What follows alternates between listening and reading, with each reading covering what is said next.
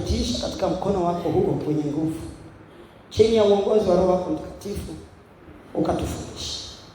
Roho Mtakatifu, chukue nafasi yako tunapokaa mbele zako, na utukufu wako Baba uwe pamoja nasi, katika jina la Yesu Kristo nimeomba na kushukuru. Amen. Amen. Haleluya.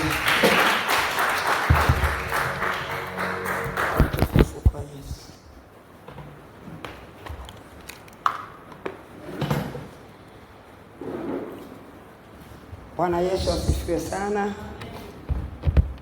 Tunambariki Mungu kwa neema ya pekee na ya ajabu ambayo ametupendelea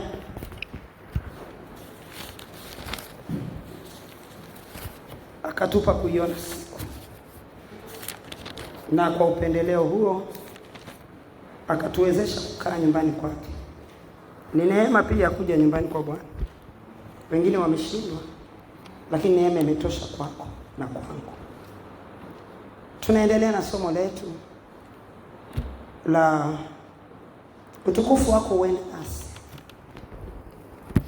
na leo tunahama kwenye hatua ya kipengele cha utu wema. Tumebakiza vipengele vitatu tuondoke kwenye tunda la Roho, ambaye kipengele kimoja tutakwenda kukiangalia leo, vitabaki viwili ili tuweze kuhama na kuingia mahali pengine. Wale ambao tumeanza somo hili pamoja tumeelewa, tulifika mahali tukawa tumeona, kwanza tuliziona zile huduma za Roho Mtakatifu alizopewa kwa ajili yetu, kwamba anakaa na sisi kwa sababu gani. Ziko huduma ambazo amebeba ili kutuwezesha sisi, ama zifanyike kwetu na kutufanya sisi tuweze kuwa na uwezo, yani kutuwezesha kuwa na uwezo wa kuishi na matunda yake. Tukaanza kuangalia tunda la Roho, ndio tumeenda upendo, furaha, amani, uvumilivu, faraja. Haya, tumekuja mpaka tumefika utu wema, mpaka sasa tunaenda kumaliza ili tuingie kwenye kipengele kingine, tuweze kuona ni hatua zipi zinatutaka sisi kuziishi, hata ndipo utukufu wa Mungu uende nasi.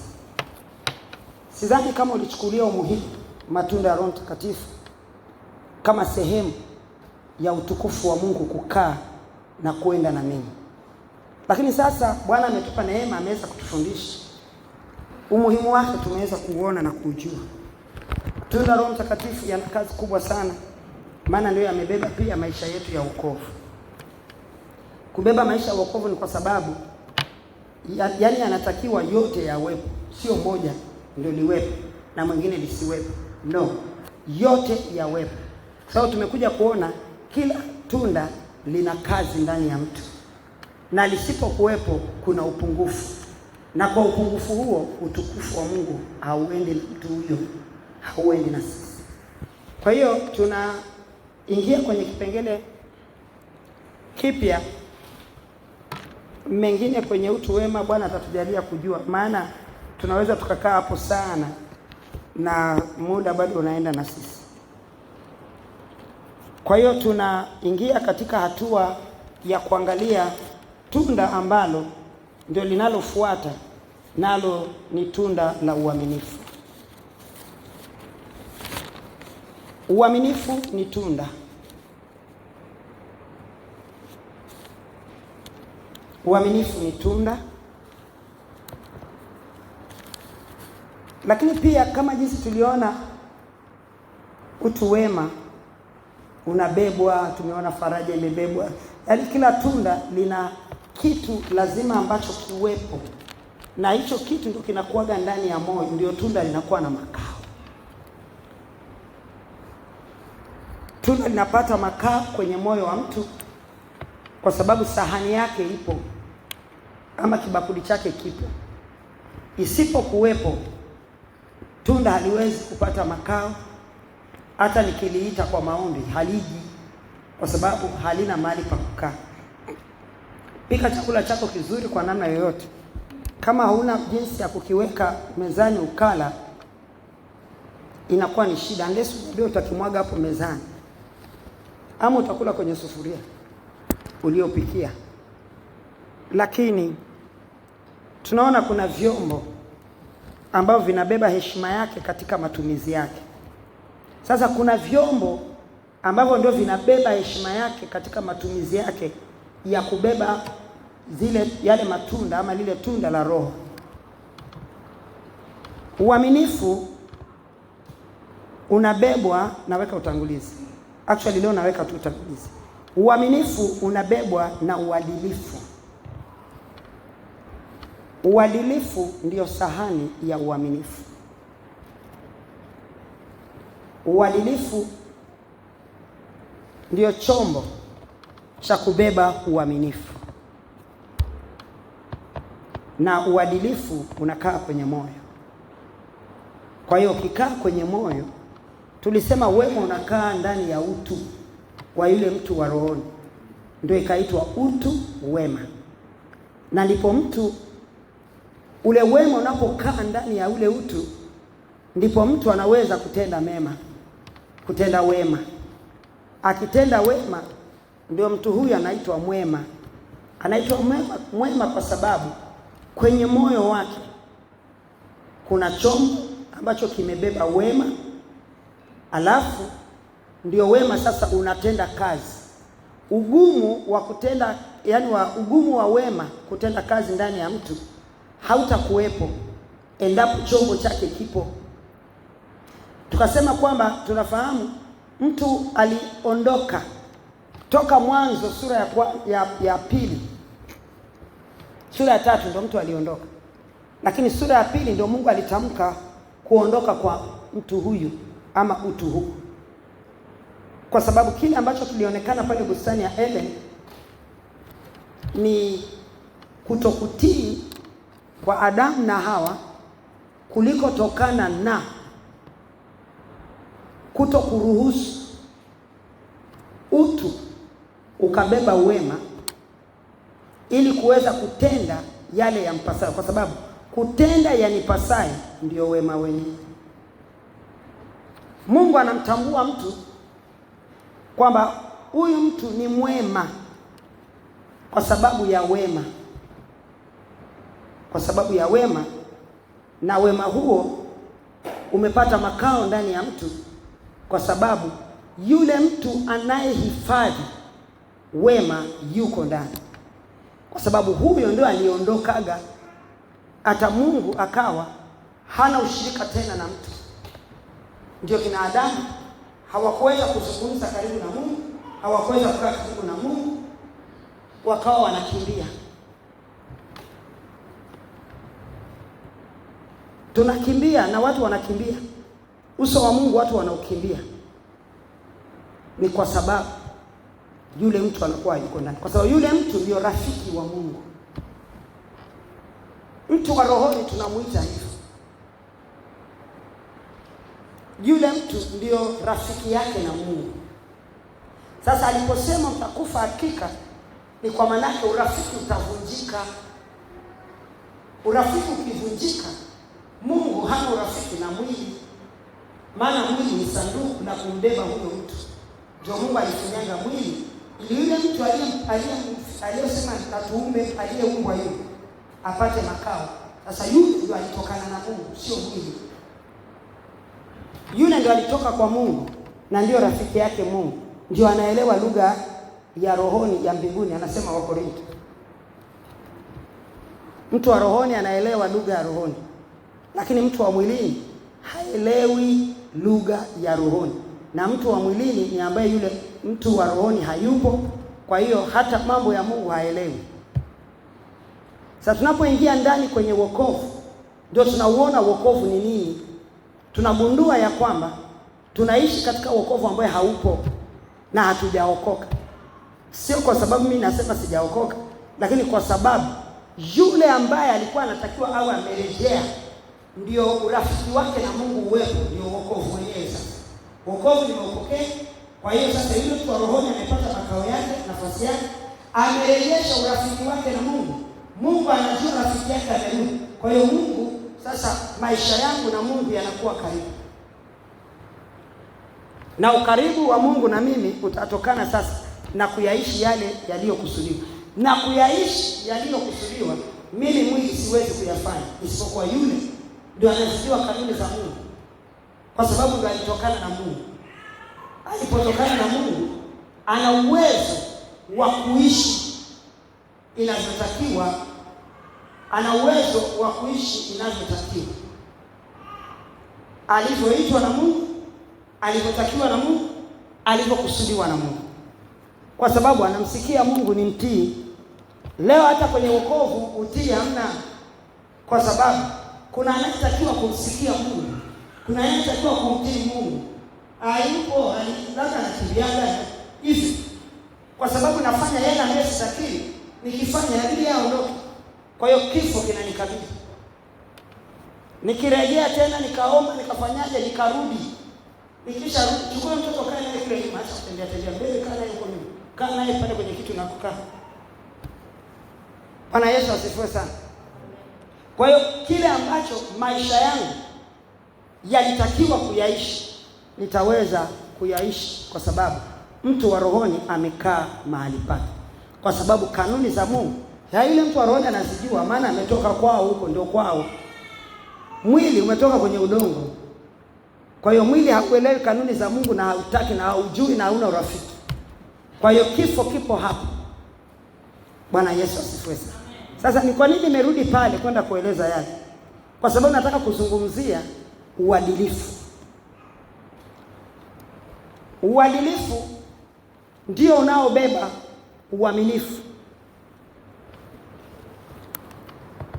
Kwa maana kwamba, ama kwa maana hii, ili mtu aweze ama atende kwa uaminifu chochote kile, yani chochote kiweze kufanyika kwangu mimi kwa uaminifu, anatakiwa mtu huyu awe wa adili. Kwa manake mwenye moyo wa adili, ndipo atakuwa mwadilifu. Au mwenye moyo wa adili, ndipo atakuwa mwadilifu. Sasa ndipo sasa uadilifu ndio unasababisha ama ndio unafanya mtu aweze kuwa mwaminifu.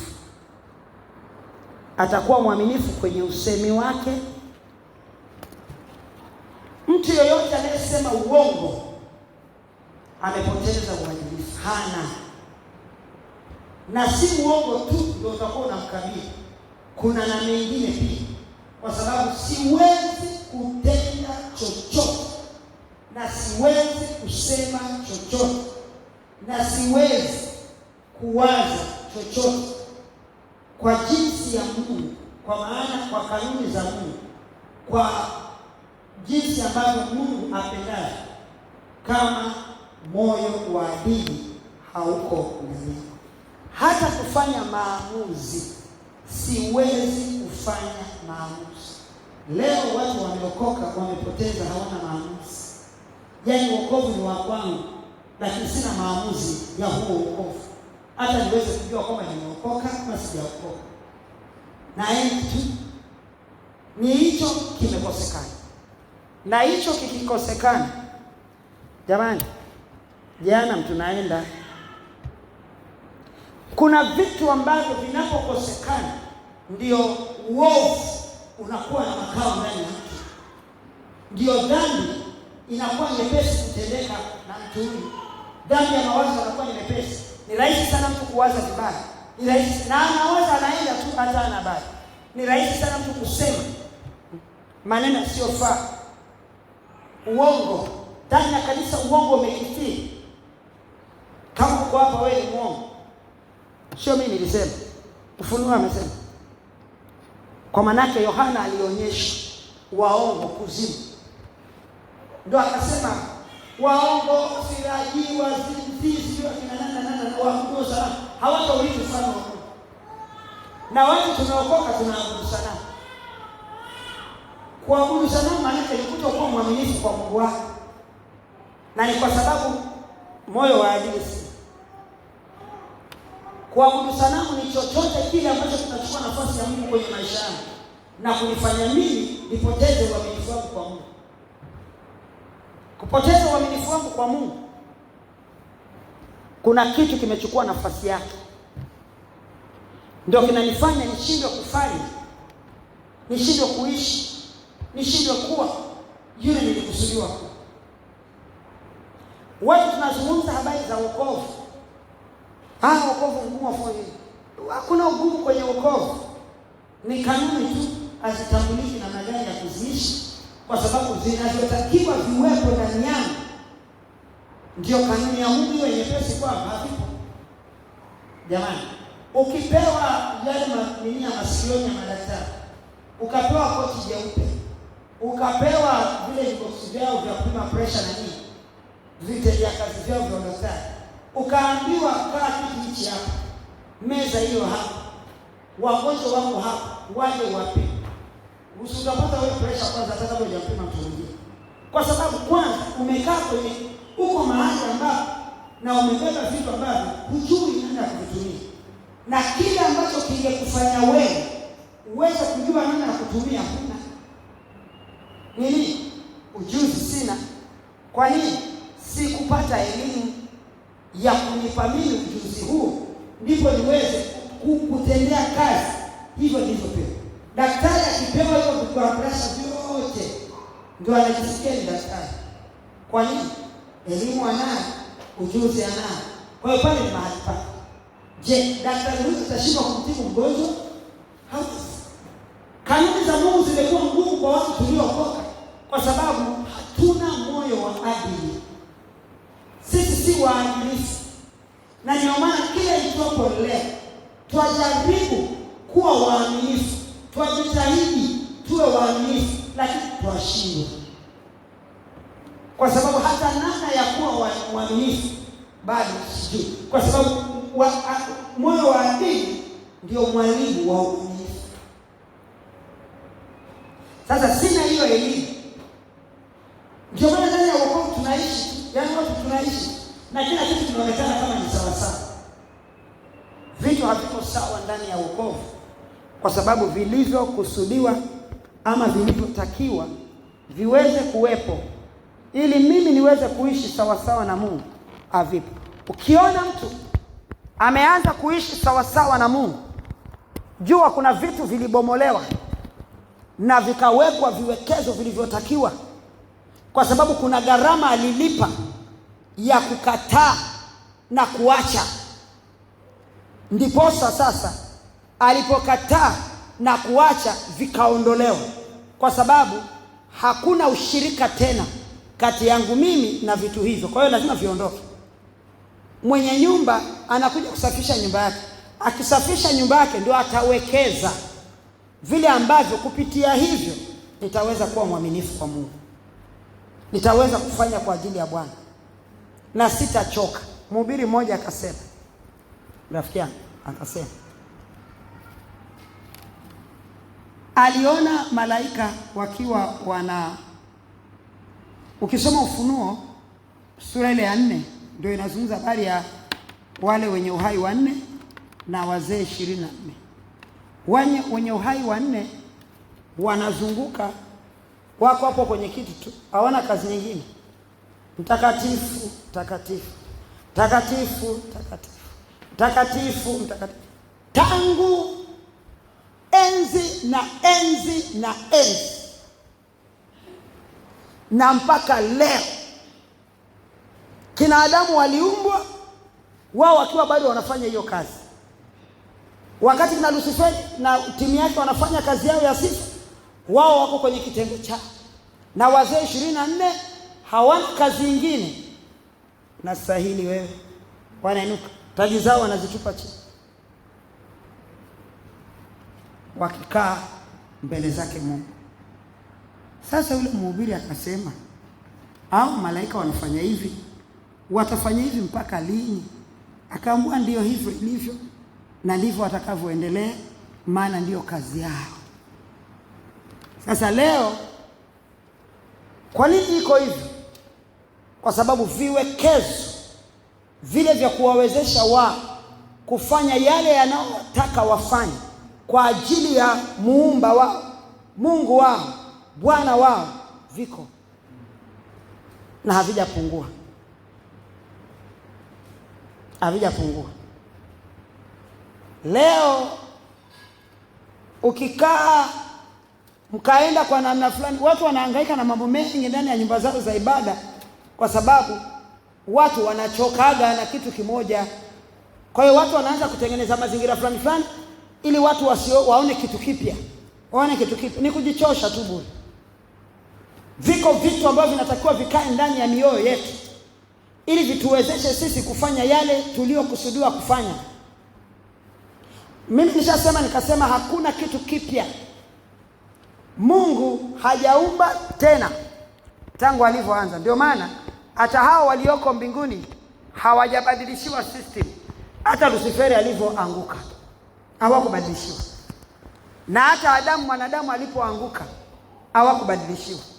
Na mpaka leo hata Yesu alipokuja kukomboa hawakubadilishiwa. Bado wako.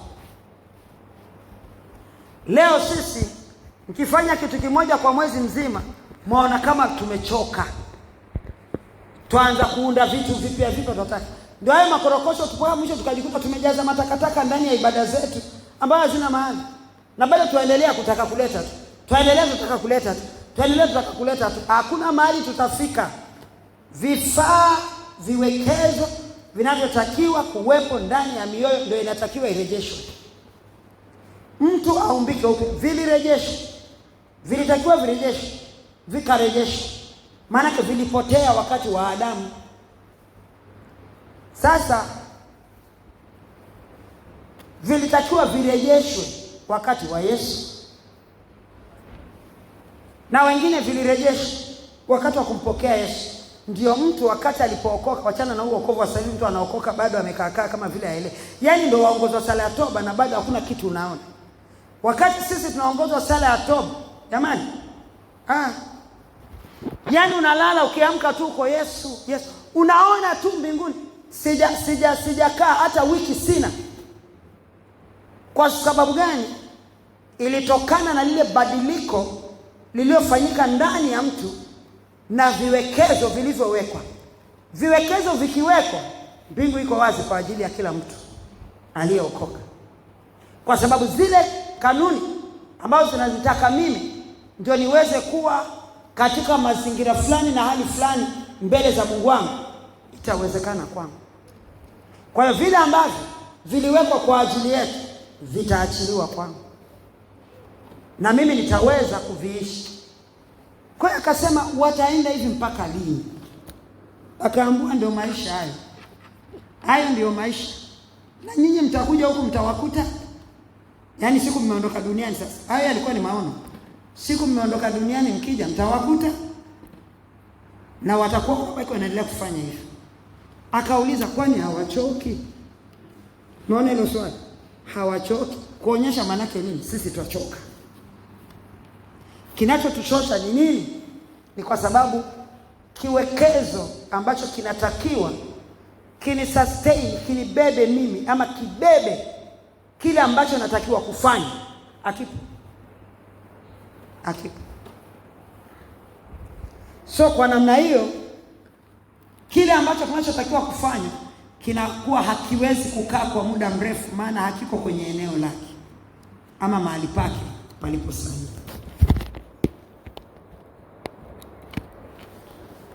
Moyo wa adili humpa mtu kufanya yale asiyoweza kufanya. Na wakati Mfalme Suleiman anachukua ufalme, aliona hana uwezo wa kufanya alichotakiwa kufanya. Akaona kazi nimekabidhiwa, akikaa anaona wazee wamemkaliwa miwani wameweka hivyo waliokuwa na baba yake. wana ndevu mpaka huko, yeye mwenyewe ni kijana. Sasa mimi nitazungumza nini na hao watu? Hata kuanza sijui naanzia wapi, kwa sababu kile kilichoko na wao yeye hana, lakini ndio amepewa kukaa kwenye kiti. Akaona nikamtafute Bwana. Nilisema sijui ni kwenye somo gani, nafikiri ni hili la utu wema. Nikamtafute Bwana. Akaenda akamtafuta Bwana. Ukisoma Wafalme wa Kwanza sura ya 4 utaiona hapo.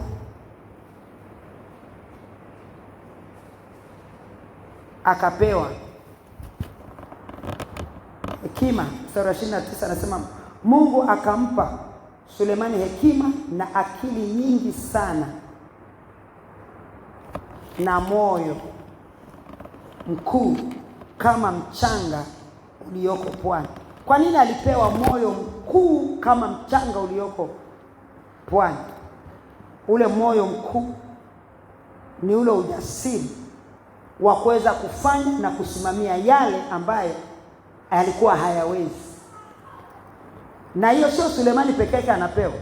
Sisi kanisa tulipewa moyo mkuu. Tumepewa moyo mkuu. Lakini ukisoma sura ya 3 anasema basi mfalme akaenda Gibeoni ili atoe dhabihu huko, kwa kuwa ndiko mahali pa juu palipo pakuu, yani mbele za Bwana, mahali wanamtafutia Mungu. Sulemani akatoa sadaka 1000 za kuteketezwa juu ya madhabahu ile, na huko Gibeoni Bwana akamtokea Sulemani katika ndoto ya usiku. Ameomba, ametoa na sadaka zake, akalala. Usiku anatokewa na Bwana. Akamwambia, omba utakalo Sulemani. Akasema, umemfanyia mtumwa wako Daudi baba yangu fadhili kuu. Kwa maana yake ulimwezesha. Unajua kwa nini? Historia ya Daudi alikuwa nani? Historia ya Daudi alitolewa kutoka kwenye kuchunga wanyama. Ndugu zake ndio walistahili, kwa sababu ndio walikuwa wanakaa mbele ya mfalme. Walikuwa ni wanajeshi ambao wamejifunza, wanaweza wakakaa kwenye ufalme, wanajua kwenye ufalme nini na tena. Kama vile wanajeshi wanajua mambo ya serikali, siri na nini. Lakini Daudi hajui chochote. Yeye alikuwa ametupwa huko, peleka mifugo porini. Lakini akatolewa porini. Tunafahamu jinsi Yesu alivyoenda kumpaka Samuel alivyoenda kumpaka mafuta. Akatolewa kule. Hizi ndio fadhili anazosema Sulemani. Umemfanyia baba yangu fadhili kuu sana, kutokana na jinsi alivyokuwa, mpaka ukampa kukaa kwenye kiti cha ufalme. Historia Sulemani alifahamu, aliambiwa, alijua vita ambayo baba yake alikuwa anakimbizana na Sauli, anaijua. Na akafika mahali akawa amekata tamaa. Daudi alikata tamaa, akasema jamani, kama kwanza sijaelewa nafukuzwa nini. Maana alikuwa aelewa nafukuzwa nini. Kisa nimeua 10,000. Watu wananiona mimi shujaa. Kumbe aliyeweka kelele zile ndani ya mioyo ya watu ni Mungu, kwa sababu Daudi ndio alikuwa mfalme. Sasa mwenye ufalme wake amekuja. Sauli yeye kaua 1000, maana sio mwenye ufalme ule. Yule ni mfalme kwa sababu Israeli walitaka mfalme, ndio akapewa. Sasa mwenye ufalme wake amekuja.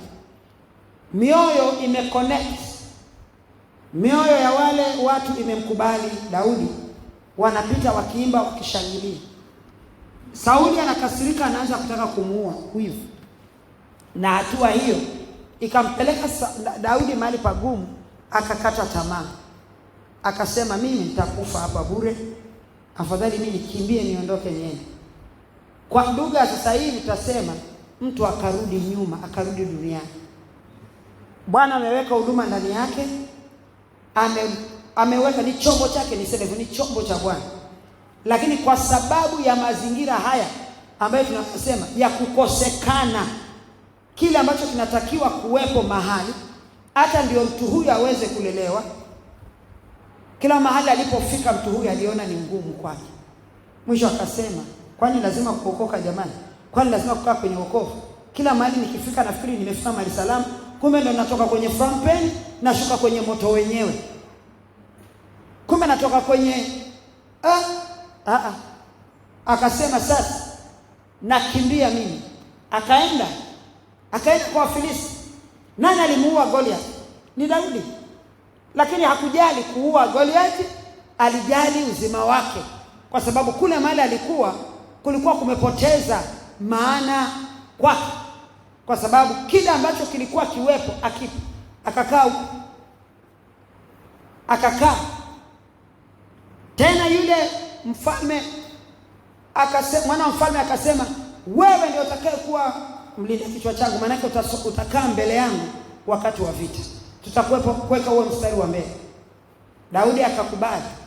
Tena ile nguvu ambayo alikuwa aitumikie kule akaiachilia hapo. Na wale Wafilisti wanapigana na nani? Wanapigana na taifa la Israeli. Na yeye amewekewa kuwa nani? Mfalme wa Israeli. Lakini kule Israeli kumepoteza matumaini. Na ndivyo watu tulivyo. Tunapoteza matumaini ya kile ambacho tumekuwa tumewekewa. Ametushuhudia, alikuwa anatufundisha manhaji hapa. Tena wewe ulishafuta kwanza ile vile. Sasa zile ulikuwa ni mwalimu, ulikuwa siwezi kuingilia kati. Ungekuwa unazungumza ningekuuliza. Ulishafuta yale maneno? Yafute. Umefanya vizuri kuyasemea hapa. Futa kabisa yale maneno. Lile ni agano. Na agano haliondoki ila kwa kuvunjwa. Kwa hiyo lazima livunjwe. Bwana Yesu asifiwe. Agano la matamshi. Sasa ndivyo ambavyo ilivyo kwa watu wengi. Hata kwangu ilikuwa hivyo. Mwisho wa kuisha mtu anaamua wacha niende. Unarudi nyuma, unaanza kupiga kanisa. Unarudi nyuma, unakaa na watu ambao hawajaokoka. Wewe ndio unaanza kuambia, wewe unataka kuokoka? Niulizeni mimi. Nilikuwa huko. Lakini kuna hiki na hiki. Kwanza wachungaji ndio usiseme. Mimi mwenyewe hapa mchungaji alikuwa ananitongoza. Ndio alikuwa anafanya